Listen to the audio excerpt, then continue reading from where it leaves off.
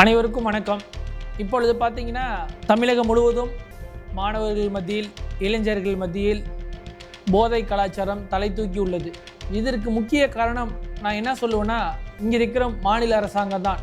இன்றைக்கி எங்கே பார்த்தாலும் கல்லூரி அருகிலாக இருக்கட்டும், பஸ் ஸ்டாண்டாக இருக்கட்டும், காலேஜாக இருக்கட்டும், ஸ்கூலாக இருக்கட்டும், எங்கே பார்த்தீங்கன்னாலும் கஞ்சா, போதை பொருட்கள் அவங்களுக்கு எளிமையான முறையில் கிடைக்குது.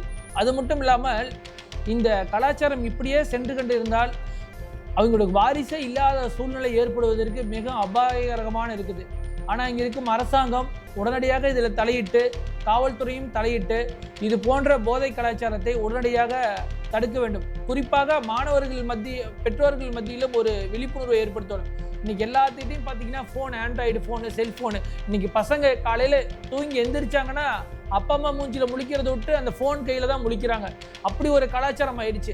அதனால் அவங்களுக்கு எளிய முறையில் அவங்களுக்கு எந்த இடத்துல போதைப் பொருட்கள் கிடைக்கிது, எங்கே போகிறாங்க, எங்கே வராங்கன்றது பெற்றோரால் கண்காணிக்கவே முடியல. அவங்களும் ஒரு கவனம் செலுத்தணும். ஏன்னா அதே மேலே அரசாங்கமும் முதல் கட்டமாக மாணவர்கள் மத்தியில் விழிப்புணர்வு எடுத்தினாலும் காவல்துறையும் உளவுத்துறை அதிகாரிகளும் இருக்கிறாங்க. எந்த இடத்துல எந்த பொருள் விற்பனை நடைபெறுகிறதுன்னு அவங்களுக்கு தெளிவாக தெரியும். அதனால இரும்பு கரம் கொண்டு இந்த அரசாங்கம் இந்த போதைப் பொருட்களை தமிழகத்திலிருந்து அறவையாக நீக்க வேண்டும் என்று கேட்டுக்கொள்கிறேன். நன்றி, வணக்கம்.